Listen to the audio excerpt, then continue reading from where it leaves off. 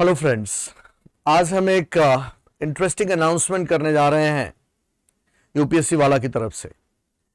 मैंने आपके लिए ऑलरेडी एक इंटरनेशनल रिलेशन से रिलेटेड वीडियो की सीरीज बनाई है। उस वीडियो का सीरीज इस वीडियो में के लिंक में प्रोवाइड कर दिया जाएगा। इसके बाद हम पूरे एक साल का current affairs with respect to international events prelim से पहले लेकर आ रहे हैं, जो आपको प्रिलिमिनरी एग्जाम में बहुत हेल्प करेगा।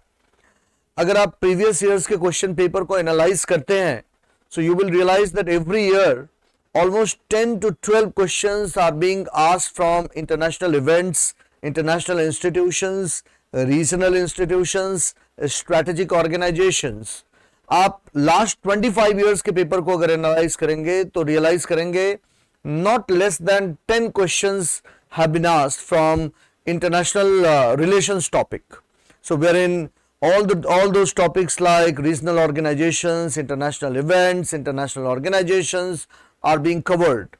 हम कोशिश करेंगे कि उस एक साल के करंट अफेयर्स में इंटरनेशनल इवेंट से रिलेटेड जितनी भी चीजें हुई हैं उन सारे टॉपिक्स को हम यहाँ कवर कर सकें, और वो सारे वीडियोस यूट्यूब पर अपलोड किए जाएंगे, जिससे प्रीलिम्स एग्जामिनेशन के पहले आप उस वीडियो के थ्रू एक दो बार भी अगर आप उस वीडियो को देख लेंगे तो आपको बहुत परेशानी नहीं होगी। बिकॉज नॉर्मली प्रीलिम्स एग्जाम में जो क्वेश्चन पूछे जाते हैं उसमें ऑप्शंस देखकर आपको ऑप्शंस को एलिमिनेट करना होता है, और अगर किसी इंफॉर्मेशन को आपने दो बारी पढ़ा हुआ है एग्जामिनेशन से 2 महीने पहले, 2 बारी देखा हुआ है या पढ़ा हुआ है, तो एग्जाम में वो ऑप्शन हिट कर जाता है। और इस पूरे वीडियो सीरीज का हम एक लिंक बना करके और आपको डिस्क्रिप्शन बॉक्स में भी डाल देंगे, और आगे करंट अफेयर्स की जो वीडियो सीरीज आएगी वो भी इसी डिस्क्रिप्शन वो भी इसी पूरे वीडियो के सीरीज में वो लिंक हम लोग प्रोवाइड करेंगे फ्रॉम टाइम टू टाइम। आपके प्रीलिम से पहले ये सारे इवेंट्स हम लोग कवर करने की पूरी कोशिश करेंगे। आज का टॉपिक है हमारा सस्टेनेबल डेवलपमेंट। सस्टेनेबल डेवलपमेंट है क्या, कैसे हम सस्टेनेबल डेवलपमेंट को डिफाइन करेंगे? Sustainable development is the development that broadly takes into account the goals of present generation as well as the goals of future generation. So the goals of present generation is equally important while taking into account the goals of future generation. Because normally what happens that when you try to achieve developmental goals, normally we do not take into account the goals of future generation or the needs of future generation. So sustainable development is the development that broadly takes into account the needs of present generation as well as the needs of future generation. Now this particular aspect of sustainable development, it is broadly or inherently intertwined with an interesting concept that is known as the carrying capacity of environment. That environment has got certain carrying capacity beyond which if exploitation of environment takes place, then environment would not be able to ensure sustainable development, then the developmental goals would not be sustainable. आप अगर उस carrying capacity के beyond जाने की कोशिश करते हैं और environment को एक point के beyond exploit करने की कोशिश करते हैं, use करने की कोशिश करते हैं, तो जो symbiotic relationship है between individual and society, between individual and environment rather, वो symbiotic relationship हमेशा हमेशा के लिए खत्म हो जाता है। symbiotic relationship कैसे? That environment depends on us and we depend on environment. But when you try to exploit environment beyond a point, then it destroys environment beyond recognition. That is why carrying capacity is an interesting idea in the definition of sustainable development, कि beyond carrying capacity आपको environment को exploit नहीं करना है, environment को उतना ही exploit करना है, और rather environment को उतना ही use करना है, resources को उतना ही use करना है जो खुद को replenish कर सके. So there is an immortal statement of Mahatma Gandhi जो मेंस एग्जामिनेशन में एक बारी क्वेश्चन पूछा हुआ है, there is enough in this world for everyone's need but not enough for anyone's greed. इस दुनिया में there is enough जो हर किसी के नीड्स को पूरा कर सके, इतना इस दुनिया में है, लेकिन इस दुनिया में इतना नहीं है जो किसी भी एक इंसान के ग्रीड को पूरा कर सके। ग्रीड को क्यों नहीं पूरा कर सकता है? क्योंकि ग्रीड का कोई लिमिट नहीं है। गांधी ने कहा that man is the twig of the tree, and when twig of the tree is trying to dominate the whole tree, then catastrophe is inevitable. Man is part of the whole system. When the part is trying to dominate the whole, here the catastrophe will come. So a part should not try to dominate the whole. Part should remain in symbiotic relationship with the whole. समझ रहे हैं मेरी बात? That man अकेला जो individual है या इंसान, वो पूरे इस एनवायरमेंट का एक पार्ट है, वो होल नहीं है। और जब वो पार्ट होल को डोमिनेट करने की कोशिश करता है, so catastrophe is inevitable. Man पूरे पेड़ के एक पत्ते की तरह से है। Man is the twig of the tree, एक छोटी सी डाली की तरह से है। But when the twig of the tree is trying to dominate the entire tree, catastrophe is inevitable. इसीलिए यह जरूरी है that a twig of the tree should remain in symbiotic relationship with the entire tree. A part should remain in symbiotic relationship with the whole. A part should not try to dominate the whole. That is why Gandhi said that there is enough in this world for everyone's need, but not enough for anyone's greed. Now, why this important concept of sustainable development is being discussed here? मैंने ये topic क्यों उठाया? इस topic को उठाने के पीछे एक लॉजिक है। लॉजिक ये है that in 1992 Rio Summit happened, and in Rio Summit, for the first time, the idea of sustainable development got conceptualized. Now, conceptualizing the idea of sustainable development, it made World Bank and also Rio Summit declaring this particular fact, that development cannot be sustained without the involvement of community. अगर community का involvement नहीं है तो sustainable development ensure नहीं किया जा सकता है. In order to sustain development, you need to have the involvement of community. You need to have the involvement of all the stakeholders. So all the stakeholders, people, individuals, civil society, private organizations, government, they got to play the role so that developmental process can be sustained. So Rio Summit में पहली बार the idea of sustainable development got conceptualized, in which it was stated that sustainable development would not be possible without having community development.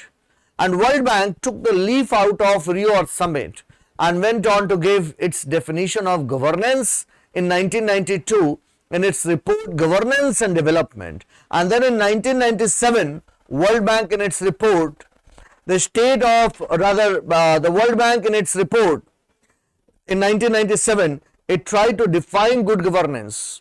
The name of the report was State in Changing World, in which World Bank, it tried to define the idea of good governance. In both these ideas of governance and good governance, World Bank talked about sustainable development. World Bank talked about the role played by civil society, private organizations, individual and all the stakeholders in ensuring sustainable development. That is why I invoked or I quoted Rio Summit 1992 when I told you that for the first time the idea of sustainable development, it got conceptualized in Rio Summit, in which it was emphasized upon that development would not be possible without having community involvement. And later on I told you that World Bank took the fig leaf out of this particular idea and it gave its definition of governance and good governance. Now let us discuss about Sustainable Development Goals of United Nations, Sustainable Development Goals 2030. But before discussing Sustainable Development Goals 2030, let me briefly discuss about the Millennium Development Goals 2015. So Millennium Development Goals, it was the idea of United Nations for Millennium Development Goal was to be achieved, or the goals were to be achieved from 2000 till 2015. And for the next 15 years, Sustainable Development Goals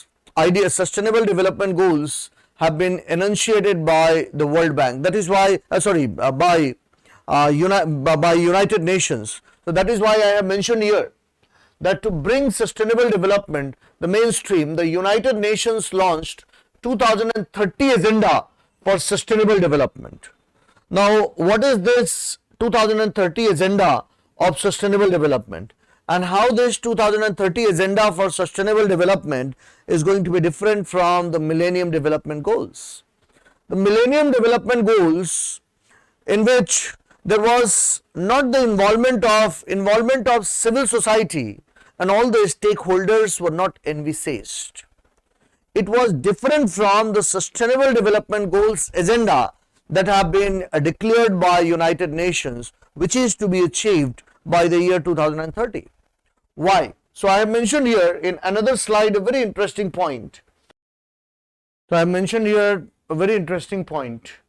Difference between Sustainable Development and Millennium Development Goals. दोनों के बीच में differences क्या है? तो जैसा कि मैंने आपसे कहा कि Sustainable Development Goals, it is universal and were created to leave no one behind. It is universal and created to leave no one behind. Whereas in the context of Millennium Development Goals, it was about rich donors aiding poor recipients. यहाँ interesting चीज ये है that all the stakeholders' involvement has not been made necessary. Here, mainly the involvement of, it was dependent upon entire goals, rich donors aiding poor recipients, whereas here, everybody got involved in achieving the Sustainable Development Goals so that no one will be left behind. That is why I told you earlier that it is a bottom-up approach जहां पर हर stakeholders का involvement होगा, जबकि यहां पर it's a top-down process, सारे stakeholder का involvement नहीं था. यहां पर top-down process था, mainly government, और government में भी rich nations का बहुत ज़्यादा involvement था. And then I mentioned that this has got 17 Sustainable Development Goals and this has got 8 goals. It included peace building to the success of ending poverty and hunger. It overlooked peace building in their core agenda. It get to a statistical zero on hunger, poverty, preventable child deaths and other target. It reached halfway to the goal of ending hunger and poverty. Here the focus will be on quality of education. यहाँ पर quality of education was missing. Data पर बहुत special focus नहीं था millennium development goals में, whereas in sustainable development goals prioritization of data will be an important aspect. That is why I have mentioned that the target to increase significantly the availability of high quality, timely and reliable data. Next, so it separately treats the issue of poverty from food and nutrition security perspective, and it is related to hunger and poverty that were combined together. उसके बाद we will discuss about India's progress on various sustainable development goals. यहाँ पर आपके लिए एक बड़ी interesting सी बात होगी that in the last 2 years during COVID-19 period, because of Prime Minister Jan Kalyan Yojana, IMF in its 2022 report has clearly stated that extreme poverty in India has ended. Hindustan से extreme poverty आज के date में almost खत्म हो चुकी है. किसी जमाने में हिंदुस्तान में लगभग 21% पॉपुलेशन एक्सट्रीम पॉवर्टी के नीचे हुआ करता था. And because of Prime Minister Jan Kalyan Yojana and the kind of ration that has been distributed by Government of India, now extreme poverty situation from India has already ended. So I mentioned here that the proportion of the population living below extreme poverty line declined from 46% in 1993 to 21% in 2011 to almost zero as per IMF report. Extreme poverty has become almost zero as per IMF report. Then I mentioned that percentage of population living poverty line has also came down drastically, and then I mentioned here about where does the state stands. Then certain interesting facts about malnutrition, that the number of undernourished people has considerably declined. ये सारे data आपको mains point of view से भी बहुत interesting data है, जिसको आप बहुत सारी जगहों पर यूज कर सकते हैं, specially in paper 2 related to governance and social justice. जो क्वेश्चन पूछे जाते हैं उन क्वेश्चन में इन इंटरेस्टिंग डेटाज को आप बहुत आराम से यूज कर सकते हैं. So the interesting data is that number of undernourished people has declined significantly. As of 2022, the prevalence of undernourishment is decreasing and prevalence of stunting and wasting under the age of 5 years is stagnant. And there are about 189.2 million undernourished people in India, with the majority of the people are women and children. And according to government figure, that from the year 2015-16, 22.9% of women in 15 to 29 age group are underweight, as compared to 20.2% of the men in the same age group. So these are very interesting data that can be used in mains examination as well. Then the crisis of malnutrition in India, it remains one of the biggest crises being faced by us. इसी crisis को दूर करने में prime minister जन Kalyan Yojana in recent years have played remarkable role.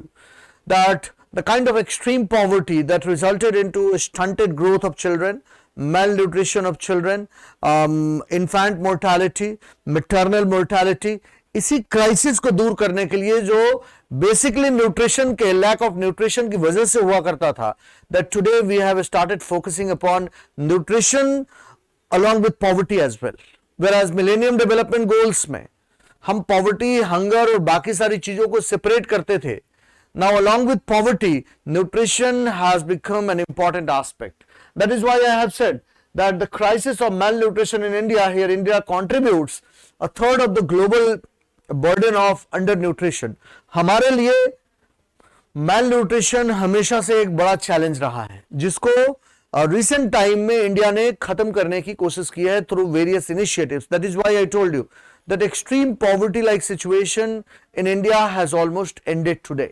And then I have mentioned that the maternal mortality rate ratio has also decreased significantly in India. The number of infant deaths, it has decreased. The mortality rate of children under 5 years of age fell from 91.6 death per 1000 live birth in 2000 to 36.6 death per 1000 live birth in 2018, and the infant mortality rate fell from 66.6 death per 1000 live birth in 2000 to 29.9 deaths per 1000 live birth in 2018. And then I have mentioned here a very interesting point, that every day 830 women die from preventable causes related to pregnancy and childbirth around the world. Now, in such type of deaths, there is a need to have the healthcare facilities. There is need to have nutrition based concept of food. And then I mentioned here about the lower secondary education level in India is constant. So certain facts have been given here, like 73% adults are literate, 68% in rural areas, and 54% of the people with disabilities are literate. Then I mentioned another interesting point, that seats held by women in the national parliament are stagnant, and ratio of female to male labor force participation has decreased, and ratio of female to male years of education has remained stagnant. यहाँ पर क्या था कि कोविड-19 के period में this particular ratio, that ratio of female to male labor force has decreased. Female 19 के period में there might be some changes because of restricted movements of people. तो इसलिए लास्ट 2 years के डेटा को थोड़ा सा हमको बहुत ऑब्जेक्टिवली देखने की जरूरत है, because obviously the movement of people also got restricted because of covid induced lockdown. तो इसलिए हम ये नहीं कह सकते हैं कि जो डेटा हमारे पास आया है that is real data. Real data अब जब अनलॉकडाउन हुआ है, जब लॉकडाउन हैज बीन लिफ्टेड, तो हमको रियल डेटा मिलेगा in the next 2 years. because 2020-21 covid induced lockdown की वजह से उस डेटा में आपको बहुत सारा वो वेरिएशन देखने को मिलेगा. And then I mentioned that seats held by women in the national parliament are stagnant and it has not been increasing in India. इसके पीछे कुछ रीजंस भी हो सकते हैं, जैसे फॉर एग्जांपल एक रीजन हो सकता है हमारा socio-economic conditions and the nature of Indian society, which is largely patriarchal. Largely it is male authority dominates the decision making process. That may be the reason associated with it. And then I mentioned here an interesting fact related to clean water and sanitation, that in 2015 91% of the global population was using an improved drinking water source compared to 76% in 1990. However, 2.5 billion people lack access to basic sanitation services such as toilets. The access of the overall population to water is moderately improving, and the access of the overall population for usage of sanitation is also better. India has done remarkably well in this regard. And then some data here. This topic is also very important from mains examination point of view, wherein these data can be used extensively in paper 2 and also in paper 3. And then I have mentioned here that clean water and sanitation, that increase in safe and adequate drinking water within premises from 36.52% in 2017 to 40.5% in 2019 through pipe water supply. That pipe water supply has been one of the biggest challenges for Government of India. Government of India is trying to achieve wonders in this area, in this particular area. If Government of India would be able to ensure piped water to people across the country, I personally believe that this will be one of the biggest achievements of Government of India since independence. अगर हम piped water हर किसी तक पहुंचाने में कामयाब हो पाते हैं, and we have done remarkably well in this regard, and the percentage increased in open defecation free target from 18.45% in 2016-17 to 88.13% in 2018-19. So we are tending towards almost 100%.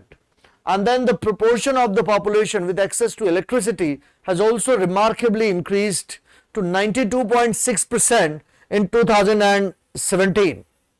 Now access to electricity, why it is important? Because access to electricity, it also gives you access to, somewhat it is related to access to internet as well.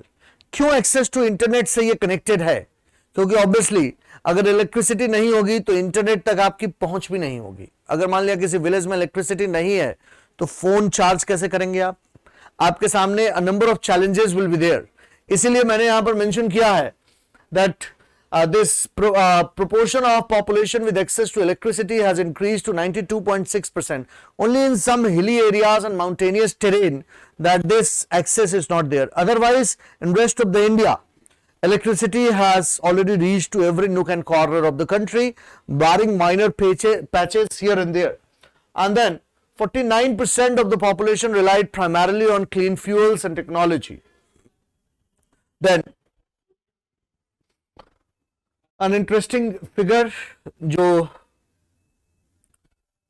and then GDP growth rate has gone from 4% to 7%, and India experienced a 5.8% increase in the GDP per capita growth rate per employed person in 2018. The performance of India in ease of doing business is mediocre with a rank of 49 out of 190. लेकिन यहाँ पर भी आपको बहुत significant changes देखने को मिलेगा. That if we will look at India's performance since 2014, then India's rank used to be around 125 or 26. So this has been a significant jump in the last 5 years, wherein from 123-24 we have reached to the position of 49 in the ranking of ease of doing business. That's a remarkable achievement on any parameter. And then India and Sustainable Development Goals. Some facts and figures I have mentioned here.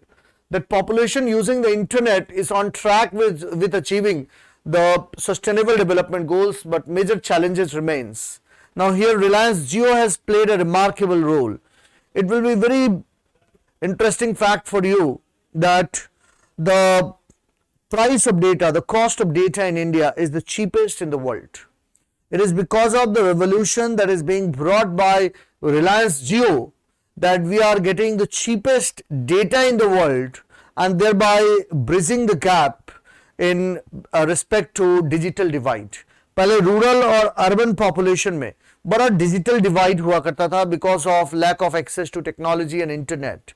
But because of the role played by Reliance Jio and because of access to internet that has been provided by Reliance Jio to even rural folks, now this gap has been bridged considerably. I won't say that this gap has been completely bridged.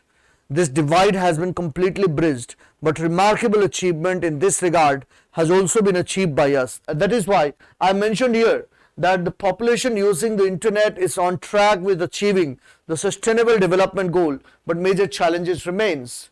Now mobile broadband subscriptions across India have also increased, but significant changes remains. According to the Logistics Performance Index, the trade and transport sector and related infrastructure is improving in India.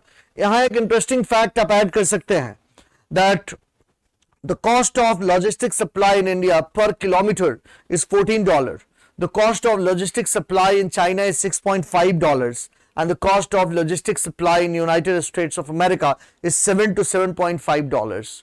Now the cost of product in India, it significantly increases for want of logistics infrastructure. That is why logistics has become a key area for India. Now how logistics is related to sustainable development goals, that only when India can grow at a considerable pace, then sustainable growth or sustainable development goals in India, it can be achieved. That is why logistics has become an important area to be looked into. And then I have mentioned here about industry, innovation and infrastructure. I have mentioned here that increase in the share of government spending on intellectual property products, research and development to total GDP has increased, has been witnessing an increase. अब यहाँ एक और interesting fact आपके लिए है that the percentage of the GDP that is being spent on the research and development is remarkably lower in India as compared to her western counterpart. In fact, जो private sector का भी research and development पर investment है, that is remarkably lower to the private sector investment of western countries. Companies like Google, Microsoft, Amazon, Tesla, these companies, they spend as much as 15 to 16 to 17% of their revenue on research and development. But in India, in case of India, TCS, Infosys, Wipro, kind of like flagship companies, flagship IT companies of India, they spent only 1.5% or 2% of their GDP, of their revenue on research and development. तो इस area में हम बहुत पीछे हैं, and that is why we do not get cutting edge technology. हमारी country में cutting edge technology develop नहीं होता है. And then India has been working on its Gini coefficient, economy में आप पढ़ेंगे, and PAMA ratio, but no significant improvement could be observed.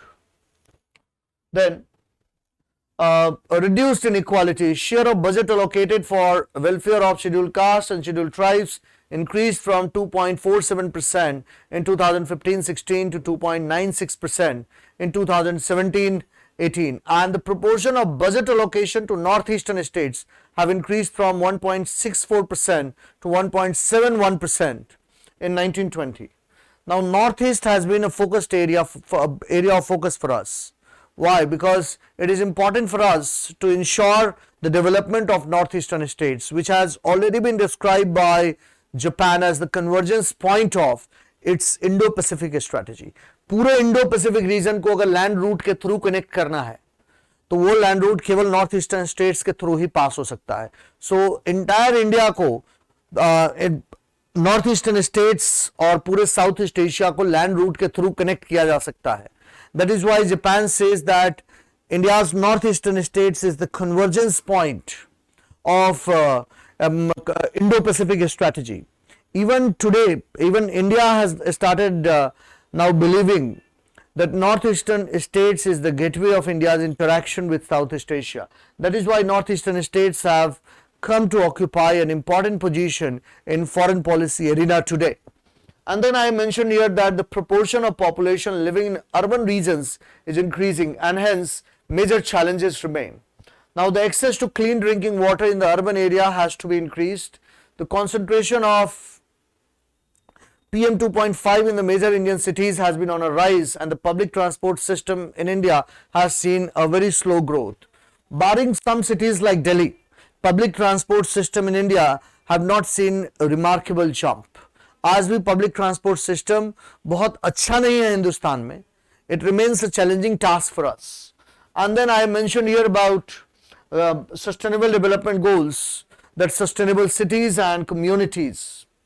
Then India has achieved the target in municipal solid waste management and disposal, electronic waste management and disposal. And India has reached the target in controlling SO2 emission. अब यहाँ एक interesting चीज ये है कि solid waste management आज के date में एक important municipal solid waste management एक इंपॉर्टेंट एरिया हो गया है, because as population of India has started increasing, as it has started becoming more and more prosperous, it becomes for municipal corporations to ensure solid waste management and electronic waste management and disposal as well. जैसे जैसे electronic goods का हम ज़्यादा इस्तेमाल कर रहे हैं, उस इलेक्ट्रॉनिक वेस्ट का जब चीज़ें खराब होंगी तो उसका मैनेजमेंट किस तरीके से होगा. जो ट्रेडिशनल हमारा मैनेजमेंट का सिस्टम है, दैट इज पैथेटिक, कि सामान को एक जगह से दूसरी जगह पे फेंक देना है. Now that is not going to work in future. क्यों? क्योंकि नंबर ऑफ हैंडसेट्स जो इलेक्ट्रॉनिक गैजेट्स है will significantly increase, and that is why it becomes imperative for India to ensure solid waste management, electronic goods disposal, waste management. And then I mentioned here about sustainable consumption and production, that increase in the per capita food availability has also increased, and that is why I told you here that because of Prime Minister Jan Kalyan Yojana, that India has been completely abolish absolute poverty situations because of distribution of free ration to the people in across the nook and corners of India. And we have also witnessed decrease in the post-harvest transit losses of central or states pool stocks of wheat and rice from 0.99% to 0.34% in 2019. And then I have mentioned that India has achieved its pre-2020 voluntary goal despite having no binding obligation under United Nations Framework Convention on Climate Change. That in 2009, India announced its voluntary goal to reduce the emission intensity of its GDP by 20 to 25% in comparison to 2005 level. India has achieved a 24% reduction in emission intensity of its GDP between 2005 and 2016, an interesting fact related to climate change. And also from mains examination point of view, as per the Paris Agreement, India submitted its nationally determined contributions to UNFCCC in 2015, outlining 8 targets for the period 2021 to 30, including reducing the emission intensity of its GDP by 33 to 35% by 2030 from 2005 level. आज के date में already वो 24% पर आ चुका है. So that's another remarkable development of India.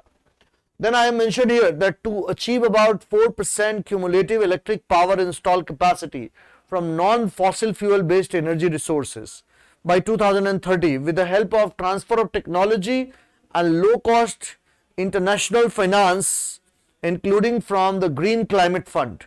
Now Green Climate Fund से related एक दूसरे वीडियो में मैंने आपको information दिया हुआ है. The developed countries, they have already pledged $100 billion to be invested under Green Climate Fund to be given to developing countries to stop greenhouse gases emission. And then I mentioned here about the climate action, that India recorded India's 33 states and union territories with strategies for enhancing adaptive capacity and dealing with climate extreme weather event. Extreme weather event हमारे लिए challenging क्यों है? क्योंकि experts का कहना है that in coming years India will be witnessing extreme weather conditions. In fact, experts are also saying that by 2030, almost all the major cities of India will face difficulties with regard to access to clean water, and almost every city in India will have the crisis like situation with respect to drinking water facility by 2030. So then I mentioned that India has made good progress in terms of blue economy. Now what is blue economy? Blue economy is related to harnessing the potential of your marine resources. So I mentioned that trade targets in marine commodities have reached the target. Marine sites have been protected in India as well and are on the track of reaching targets. On the Ocean Health Index, India has to make more progress. So India has made good progress in terms of the goals of blue economy. And then I have mentioned here about India ranked 12 among the top 20 countries responsible for marine pollution. And then life below water. Increase in the maximum sustainable yield in fishing from 3.7 million tons per year in 2015-17 to 5.3 million tons per year in 2017-18. That is related to the marine health. And then I mentioned that mean area protected under terrestrial sites is increasing very slowly, but significant challenges remains, and mean area protected under marine sites is increasing very slowly, but significant challenges remains. And then some facts and figures here related to globally identified biodiversity hotspot. How many flora and fauna species are threatened in India? That is 1401. There are 3 globally identified biodiversity hotspot in India. India's share of crop is as compared to global average that has been mentioned here, and related to area under forest cover is 21% right now. That's an interesting fact. 5% protected areas and 2.4% global land area, but India is home to 8% of world's biodiversity. That's another interesting fact. The 2.4% global land area we have got, but India is home to 8% of the global biodiversity, and we have 3 globally identified biodiversity hotspot. ये आपके geography से related fact है, but it is also related to sustainable development. And then I mentioned here about life on land, that increase in the forest cover as percentage of total geographical area of India. It has increased from 21.35% to 21.67% today. Total forest cover. Increase in the protected area as percentage of total geographical area from 48.48% in 2015 to 48.75% in 2019. And then I mentioned here about India's rank in the Press Freedom Index. It has fallen to 150, which shows bad performance. I personally don't believe in these rankings, because sometimes these rankings, it appears very negatively directed against India. In fact, sometimes it appears that deliberately they are trying to bring India's reputation down. This is what I personally believe, that on so many rankings, India's position, in fact, it has gone below even Afghanistan. Like for example, in science and technology related innovation, India's position has gone even below Afghanistan. How can that be true? मतलब ये एक अपने आप में laughable fact है जो global rankings में कई बार दिखाया जाता है, जिसको एक्सेप्ट नहीं किया जा सकता है. ग्लोबल हंगर इंडेक्स में कई बार अभी इस बार ये बताया गया कि हमारी रैंकिंग श्रीलंका से भी नीचे है, whereas we were the ones who provided foodstuffs to Sri Lanka, food grains to Sri Lanka, and the ranking is saying otherwise. इसलिए मेरा थोड़ा सा इन रैंकिंग्स पर यकीन नहीं है, but that is my personal viewpoint. So I mentioned here that India's rank in the Press Freedom Index has fallen to 150, which shows bad performance. So number of attacks against the journalist and other types of challenges. And a common India's access and affordability to justice is moderately improving. India is 85th least corrupt nation in the list of 180 nations and shows stagnation in growth. And the amount of unsentenced detainees has also increased in India. अब यहाँ problem क्या है? It is because of the failure of criminal justice system in India that there is massive pendency of cases before Indian judiciary. Now, the capacity of Indian judiciary, the number of judges we have is very low as compared to Western countries. That remains a challenge for India. That remains a problem for India. So, peace, justice and strong institutions. I have mentioned here some data related to peace, justice and a strong institution.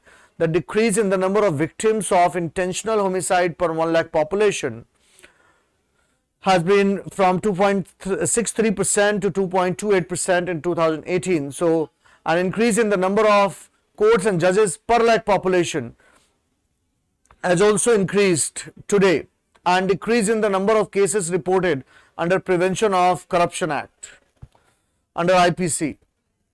Then I have mentioned here about government spending on health and education has increased significantly, and India's performance of the Statistical Performance Index has also improved greatly in recent times. And then some interesting facts have been given here, that India's external debt is $529 billion. But remember that this external debt is not very alarming for India. Why? Because percentage of external debt अगर आप देखेंगे ना, तो total external debt का केवल 18% ही sovereign debt है, बाकी corporate debt है. So that is not a very challenging task for India.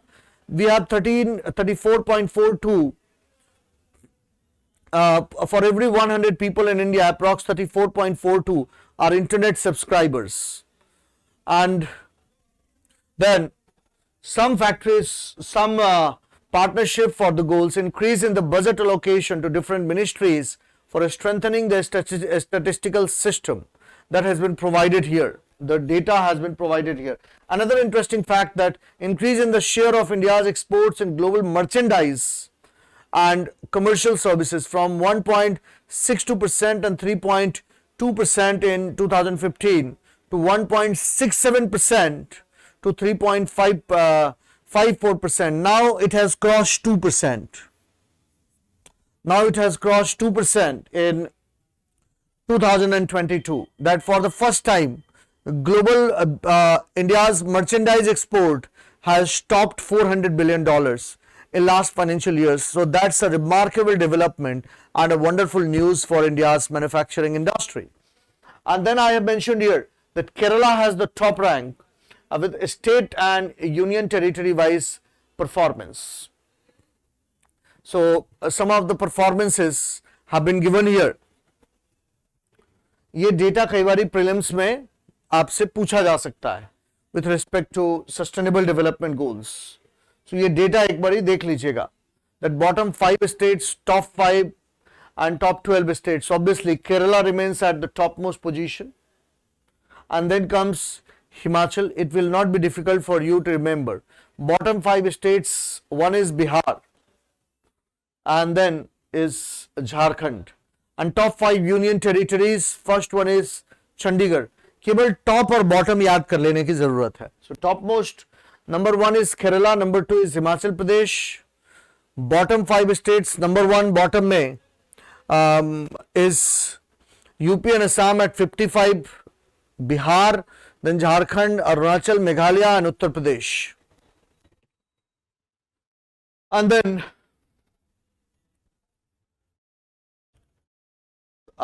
last point, that 2022 Sustainable Development Index is topped by 3 Nordic countries.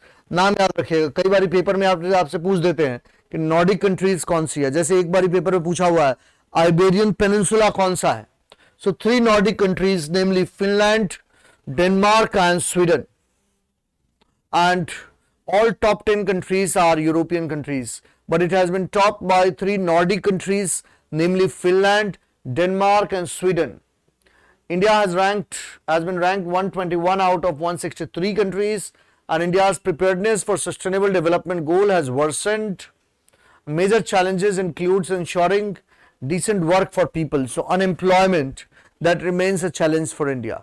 So that's about Sustainable Development Goals and Millennium Development Goals. Now the purpose of this particular video was to give you an idea about Sustainable Development Goals. But remember that this particular fact is important. This particular topic is important not only from prelims point of view, but it is also important from mains examination point of view. अगर आप mains में इस पूरे के पूरे topic से related data को आप यूज करेंगे, so it will give your answer a lot of value.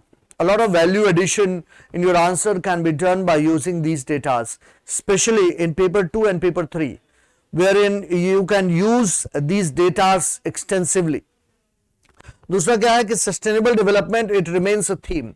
So many times they have asked question related to the definition itself. Like in 2010 preliminary examination, they gave the definition of sustainable development, and then they asked the question that which one of the following concept is inherently intertwined with the idea of sustainable development. That is why I told you that the idea of carrying capacity is inherently intertwined with the idea of sustainable development. जो idea of carrying capacity होता है वो inherently intertwined है with the idea of sustainable development. So that's all about sustainable development. I hope you enjoyed this particular session. दोबारा से मैं आपको inform कर देता हूं कि हम पूरे साल भर का करंट अफेयर्स लाने जा रहे हैं, और जिसमें इंटरनेशनल इवेंट से रिलेटेड जो भी करंट अफेयर्स में लास्ट 1 ईयर में डेवलपमेंट हुआ है, all those issues will be covered. वो भी हम यूट्यूब में एक प्लेलिस्ट बना करके और सारे टॉपिक्स को वहां पर इंक्लूड कर देंगे, so that you will get access to all the videos at one place. आपको देखने की जरूरत नहीं होगी कि वो वीडियोस कहां पर है, वो सब एक जगह पर एक प्लेलिस्ट में होगा. So that's all about the Sustainable Development Goals and Millennium Development Goals. Thank you.